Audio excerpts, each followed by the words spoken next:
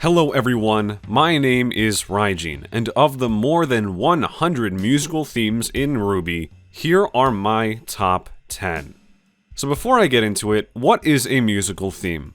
If you don't know, musical themes are instances of music that represent a character, a place, or an idea.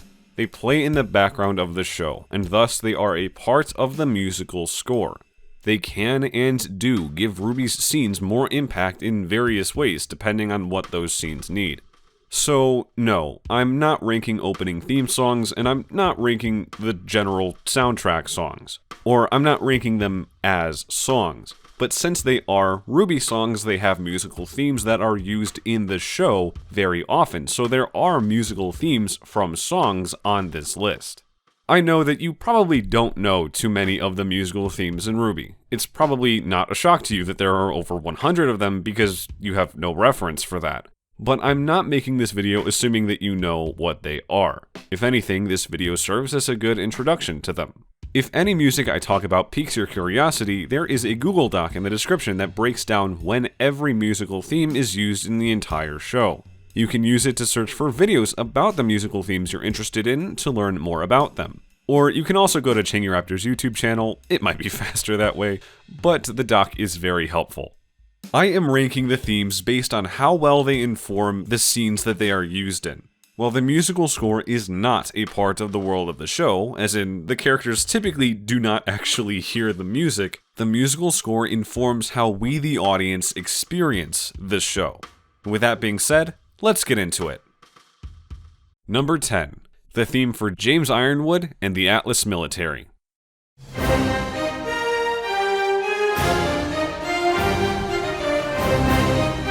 This theme is named for both Ironwood and the Atlas Military because it plays for both of them. And according to the World of Remnant, Ironwood's name is synonymous with his military. The first time it's used, in Volume 2, I want to say that it comes off as a marching tune, though I don't think that's too accurate. There are a couple pieces of music in Volume 8 that sound a lot more like that, like this one.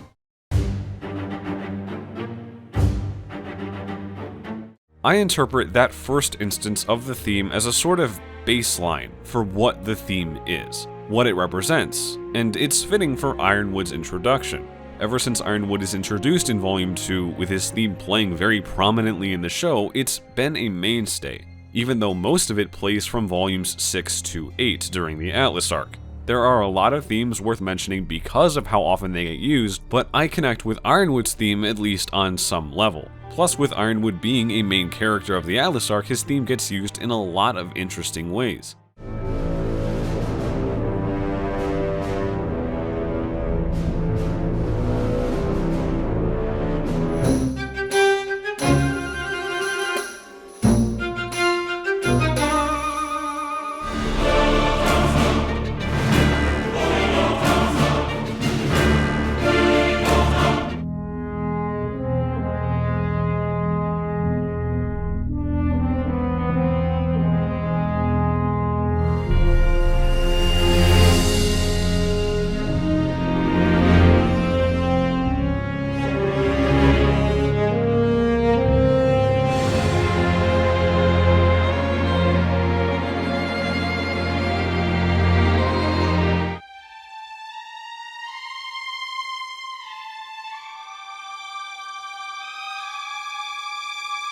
But there are only 10 spots on this list, so all of the themes from here on out are ones that I connect with a lot more. Number 9. The Aesop's theme.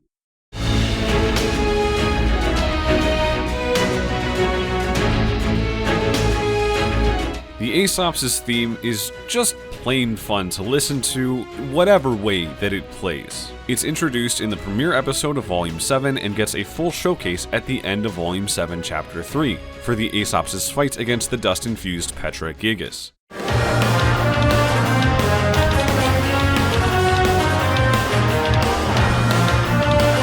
This is one of those times where eventually I knew it would never again be quite as hype as it was in that moment. But I do go back and listen to the score for this episode, which is called Into the Mines, just to hear the bit for the Aesop's fight. After that point, the Aesop's theme runs the gamut of different ways that a theme can be used for a scene.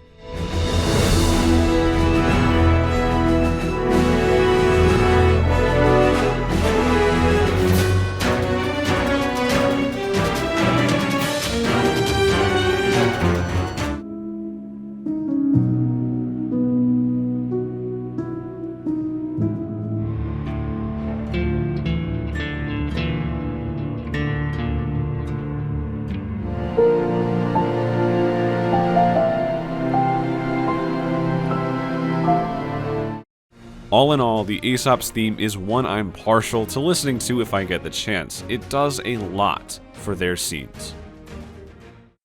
Number 8, Armed and Ready.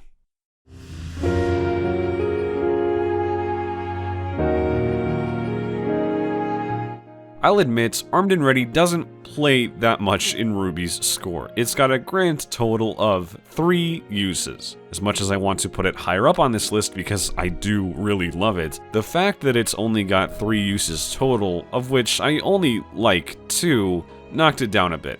The first instance I want to mention happens during the Volume 5 Chapter 4 fight that Yang has against the bandits. The fight itself uses a Western rendition of I Burn, but once Yang emerges victorious, it switches to Armed and Ready, and goes down in tempo to offer an incredibly satisfying sense of release, catharsis, which is exactly what Yang needs in that moment.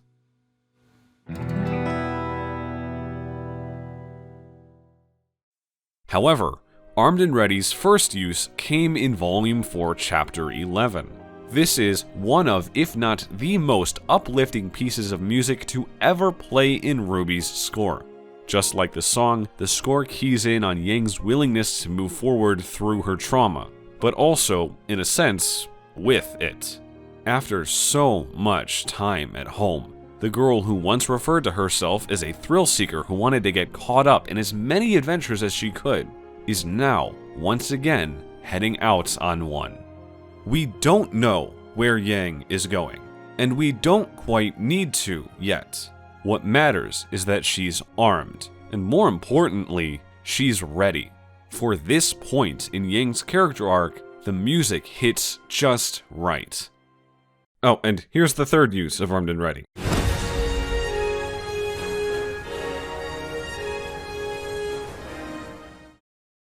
Number 7, Roman Torchwick's theme.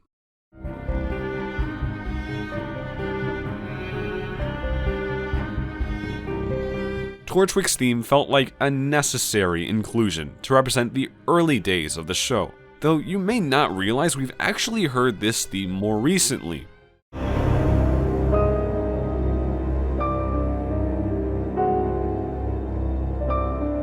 But Torchwick's theme is, of course, much more dominant in the Beacon volumes of the show, especially Volume 1. Torchwick's theme is actually the very first musical theme used in the show's history, because the man shows up at the very start of the premiere episode.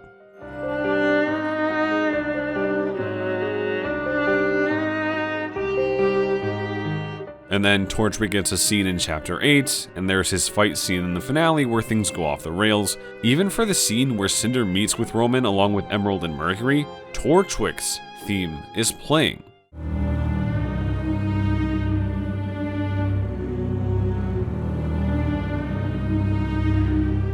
If there is a piece of evil music playing in Volume 1, it's Torchwick's theme like 90% of the time. It's an incredibly sinister theme.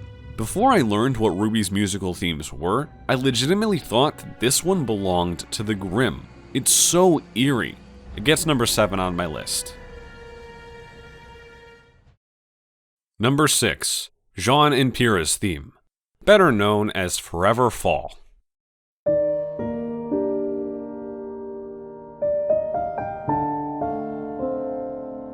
This is a special case of a musical theme that eventually became a song.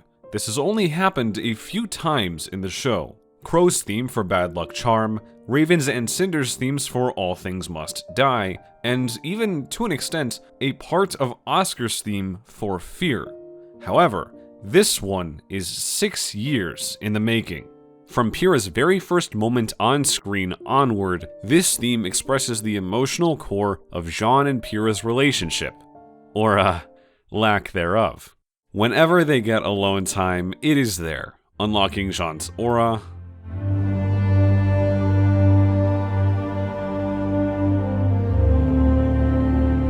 the rooftop scenes,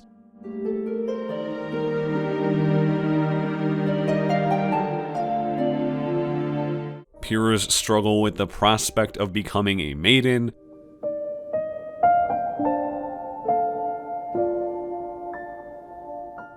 Jean's struggle to cope with Pierre's death,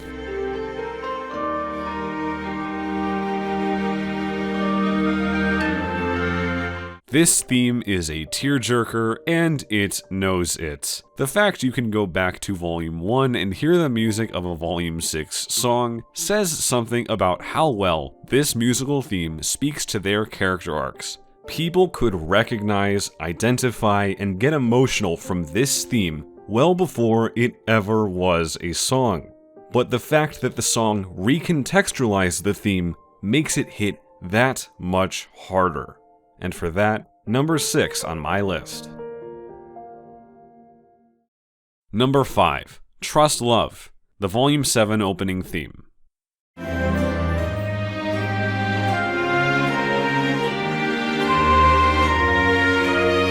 Every volume's theme song speaks to an important narrative element for its volume, so it's no surprise their themes are used in the show to represent those elements when they do show up. For example, Rising, the Volume 6 theme, is used in Volume 6, Chapter 7 after the kids escape Brunswick Farms, to express their optimism and the certainty of their will in the face of adversity, as well as the fact that they've finally reached the light at the end of the tunnel.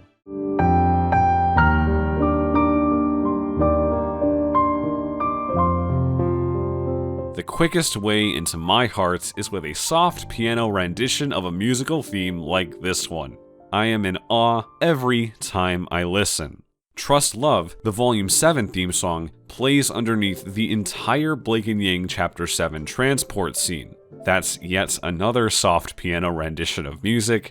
I gotta love it.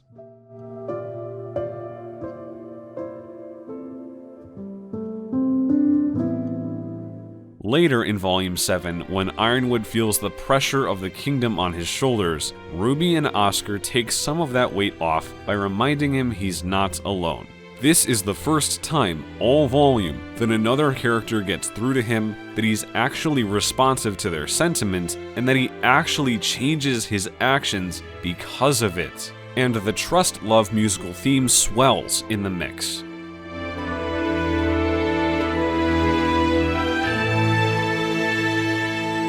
It's a powerful rendition that feels like the heroes can combat this grim threat because Ironwood really seems like he's on their side, that they can get through to him. But that's not how Volume 7 plays out. Once he turns on the heroes, the music jumps quickly through a bunch of different themes, ending with Trust Love because that's the most important part of it all.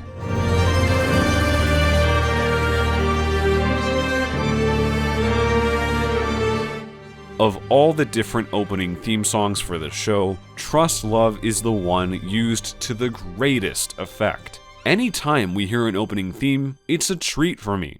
Time to Say Goodbye has a wonderful moment at the start of Volume 2.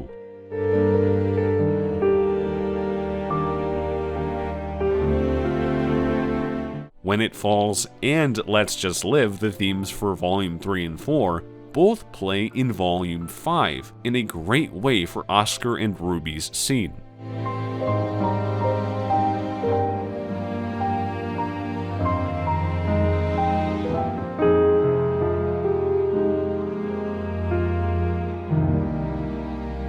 But Trust Love does it the best. Number 4, Penny Polendina's theme.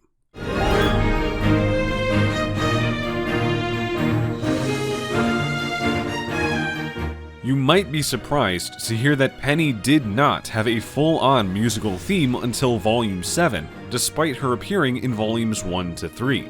Her theme does, however, take inspiration from some of those early scenes. Check out this video to learn about that, link in the description. Penny's theme in general is so light and pure and lovely, so pleasing to listen to. That makes it all the easier to identify and to get immersed in what the theme is doing for the scenes it is in. For instance, in Volume 7, Chapter 5, the tiresome transport scene Penny shares with Ruby, the music carries on as if it is tired as well.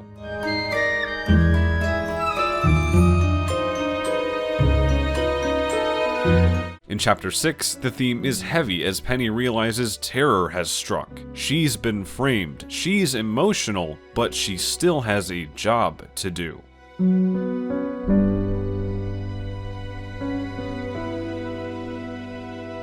The theme has a level of mysticism and uncertainty in the vault after Penny's human body was created.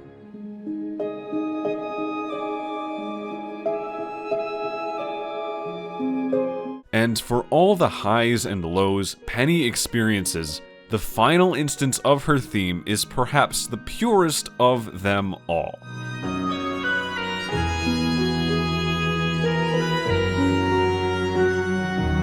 After she gets her final wish, of course, this is the music we have to remember her by, even though I do believe we'll be hearing a little more of it in the future. Number 3. The Such Arrogance theme.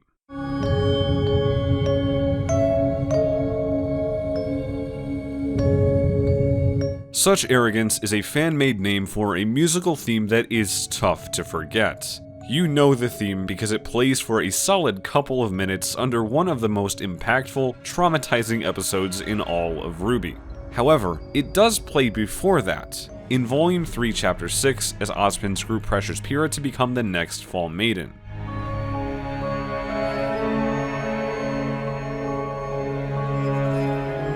It's also in the Volume 2 World of Remnant episode on Aura.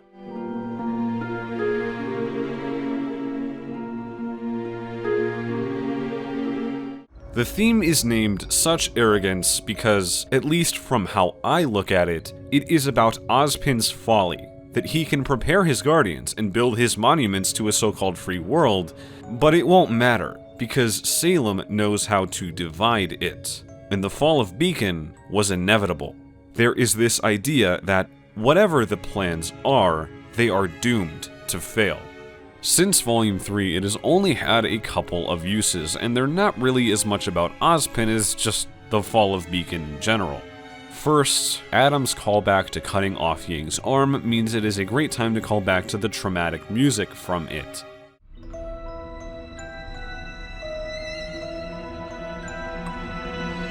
And second,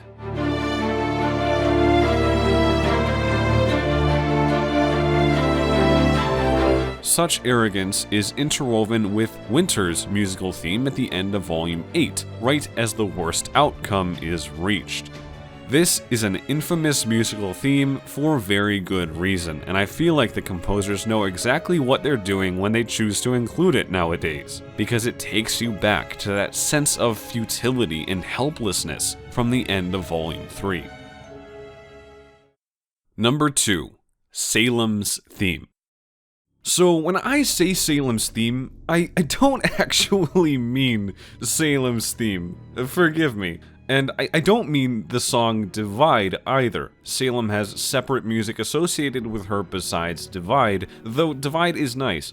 I mean mostly these 3 beats of percussion that get repeated often in Salem's music, typically playing alongside her theme.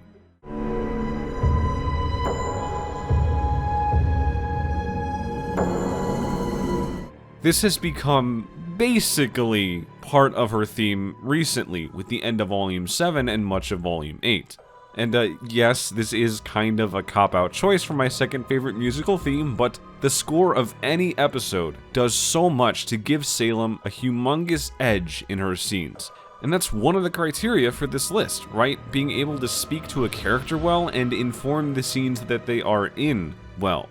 Salem's worst scenes are the ones where she doesn't quite have a presence, but for the ones where Salem does, this musical idea plays a big role in making the audience feel that presence. Its first appearance in the show is Volume 3, Chapter 7, but it is not used as part of Salem's theme.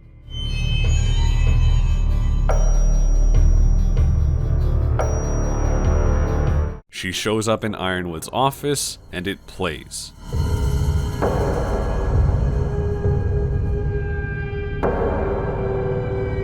She shows up to Atlas properly.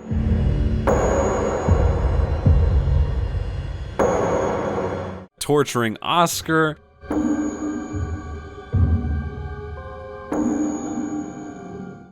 More recently, with Volume 8, the soundscape of the score has a couple new distorted elements added to it that further elevate Salem's presence and make the scenes that much more tense. And I think it's the work of new musicians that contributed to Volume 8's score, but don't quite take my word for it.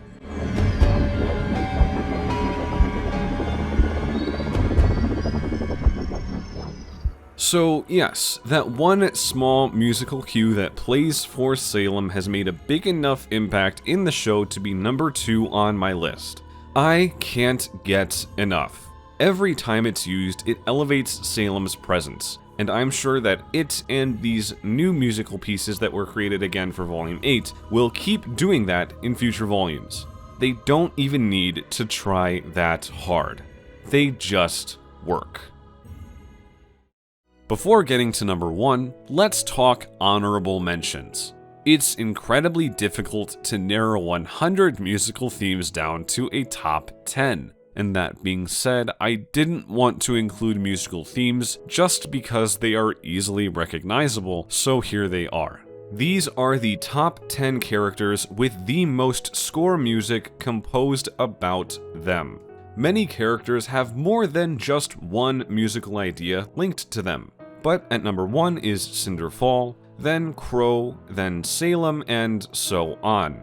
There are many more musical themes that refer to the Grimm than just the standard Grimm theme. These include Lucis Naturae and the musical themes for specific Grimm, like the Hound and the Apathy. And if you add all of these different themes and cues up, it's about 38 minutes total. Ilya's theme, Smile, from the Volume 5 soundtrack, comes obviously in Volume 5, where it is brooding and practically unrecognizable for most of the volume, at least to me, until a simpler version finally plays as she makes her first step toward redemption by incapacitating Corsic Albane.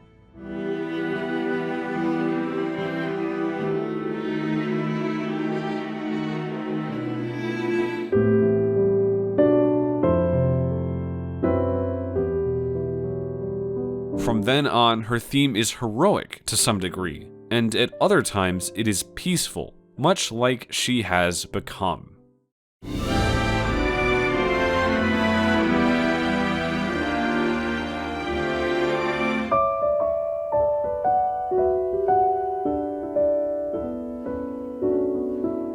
As for the more somber, emotional musical themes, there are the themes for the songs Boop, All Our Days, and even From Shadows fits the bill from time to time. They've all served the emotional undercurrents of the show well, and in my opinion, need to be included more.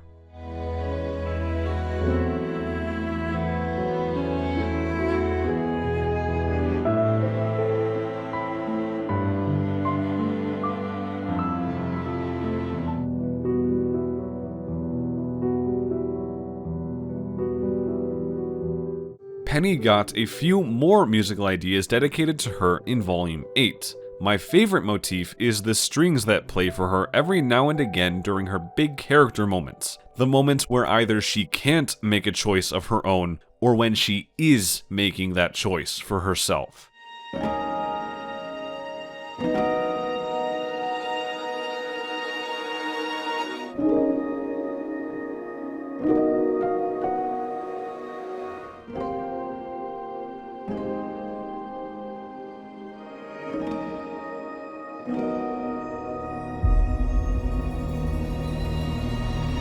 And the final honorable mention is a musical theme that couldn't make it on this list, only because technically it is not a musical theme.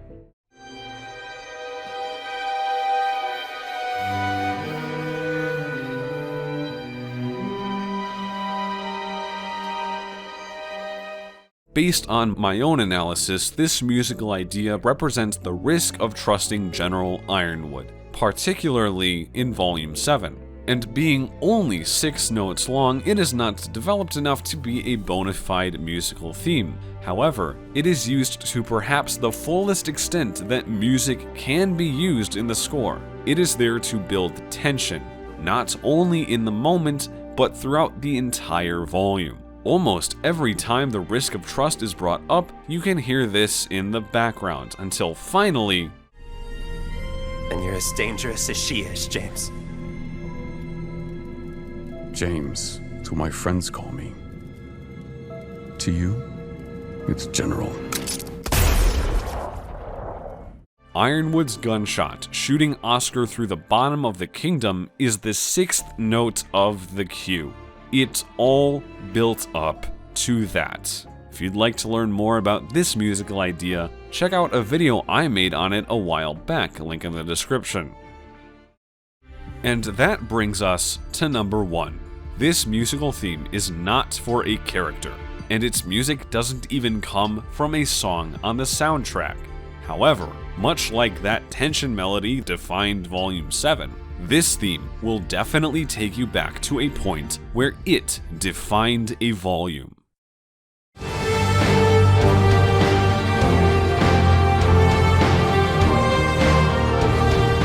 Amity Coliseum. This is far and away my absolute favorite musical theme in all of RWBY, and it's not even close. Volume 3 is the tournament arc, and Amity Coliseum is the world's stage, where the next generation of huntsmen and huntresses fight to showcase the skills they will defend their world with after they graduate.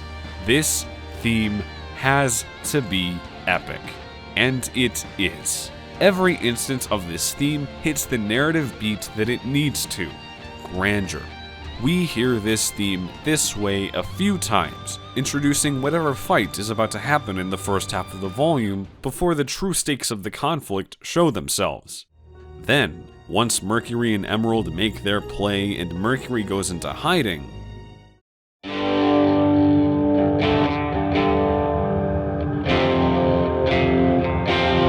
this music is the bridge that takes the audience into Volume 3's third act. It is clear, with Penny versus Pyrrha, Polarity versus Metal, that the stakes are high, and with Mercury present and in good shape, a grand moment of some horrible kind will happen on the world's stage. The Amity theme is there to help build that suspense. There is this subversion at play. The theme that we only knew before as hype, exciting, building up action, is now serious, dangerous, building up suspense. In some ways, that first iteration of the Amity theme at the start of Volume 3 Chapter 1 feels like the default, the baseline that represents the surface level of Volume 3, where the first half of the volume feels like things are going well enough. Even when it plays, when we learn that Cinder is rigging the tournament matchups, it is not sinister. It is the same baseline, grand, hype theme because to the spectators, this is just another regular tournament match.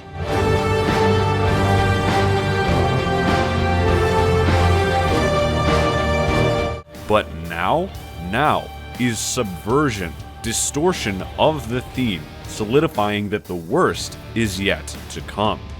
This instance of the Amity theme ultimately leads into the ideas that the Such Arrogance theme represents. After that, we wouldn't hear Amity's musical theme for several years. That is, until...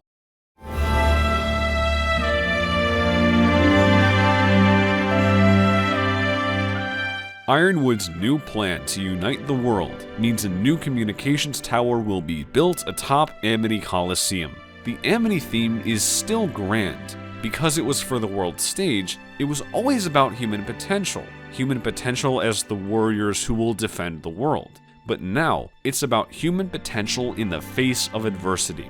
The potential to rebuild the world after tragedy, starting with communication. The theme is not expressed through hard rock anymore because it's not trying to build hype. Now, there's different instrumentation. It is smoother, more in line with representing grand ideals.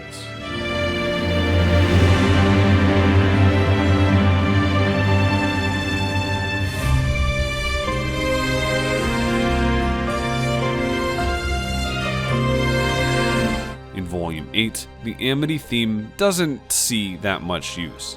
The stakes are higher than ever before, and the Amity theme does its part to reinforce that in the score. It's also the final cue before RWBY gives the SOS broadcast, revealing Salem to the world.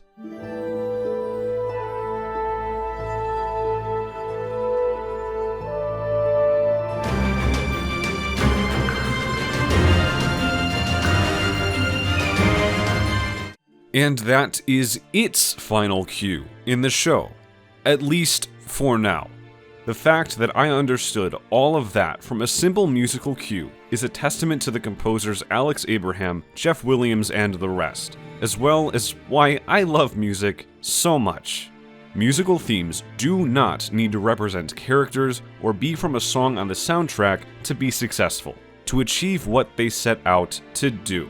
And while it might be true that not everyone interprets this music or anything on my list the same way that I do, it has greatly elevated my experience watching RWBY. The Amity theme came in strong in Volume 3, and it changed with the times to suit the Atlas arc well.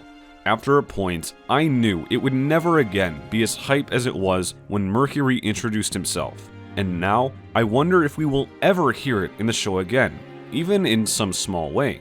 With the end of the Atlas arc and the likelihood that the Colosseum will no longer be an important plot element in the show's future, the Grand Amity theme has largely become one to look back on.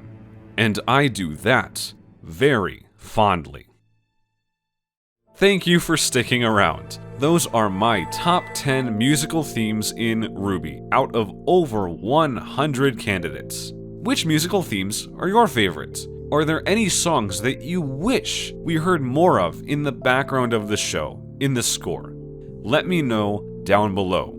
While you're around, like and subscribe. I'll see you next time. I'm RWBY Rising. Have a good one.